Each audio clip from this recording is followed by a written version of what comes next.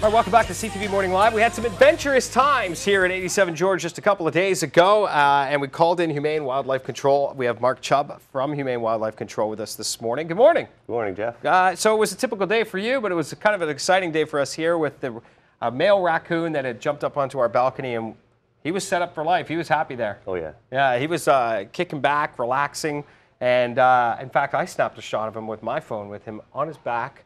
Like, animals don't expose their stomach usually unless they're totally confident. There he is.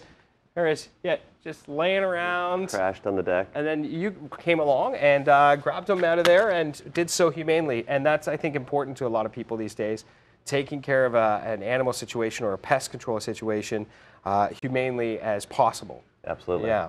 So how did you get him out of there? Well, what we did is we, obviously when we got there, it was a male raccoon, and it was sleeping up against the barrier of the balcony.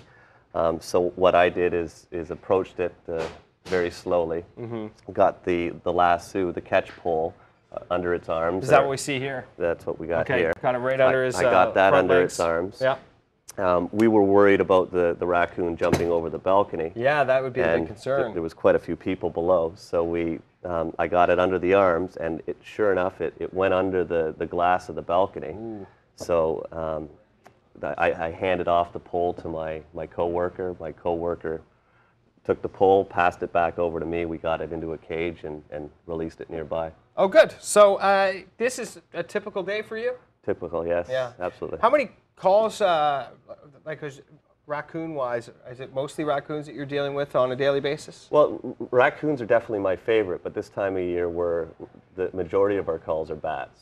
Bats? Yeah, we're getting a huge is amount of bats. Is this a big year for bats? The biggest year I've had. In 20 years, I've never seen it so busy with bats. All right. Well, we're taking a look at some video of you actually. Look at the baby raccoons. Yeah.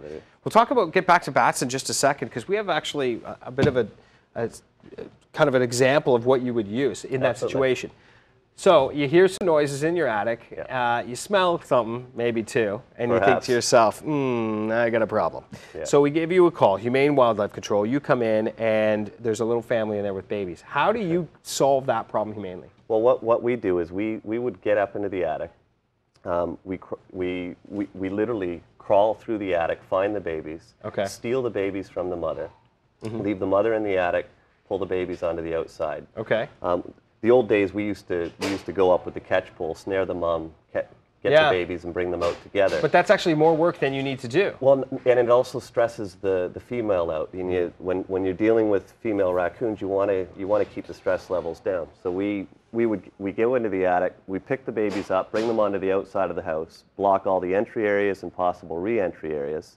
Yeah. And then we put the babies in this heated box. We leave that box up on the roof. And we're seeing now what a mother raccoon will do, right? She'll pick her babies up and relocate them herself. Absolutely. That's so cool. Now this box is specially designed. Yes. It's genius, in fact. Yeah. So there's a plug-in. You have a heated floor. Keeps it nice and warm for the little ones. Yes. And the mom naturally comes out of the attic. You just put this on the roof? Yeah, we put that as close to the entry area as possible. And then she does all the work for you. So, absolutely. If they're little enough, you just leave this door open. Yep. And she comes in, pulls each one out to another spot. One by one, relocates them, and you learn pretty quickly raccoons can't count. So after she's relocated her 5 babies, she comes back a 6th time and gets a little bit upset when she can't find another. Oh, really? Isn't that funny? It's funny how you actually used motivation rather than force to move the raccoon. Well, see, the thing with raccoons and most wildlife is they live in 5, 10, 15 different areas at the same time. Okay.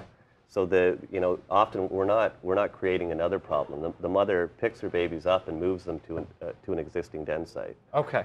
So now let's get first of all, let's talk about some of the equipment you use. Obvious. What are you using this for? Catching birds and bats flying around inside your house. This is pretty cool.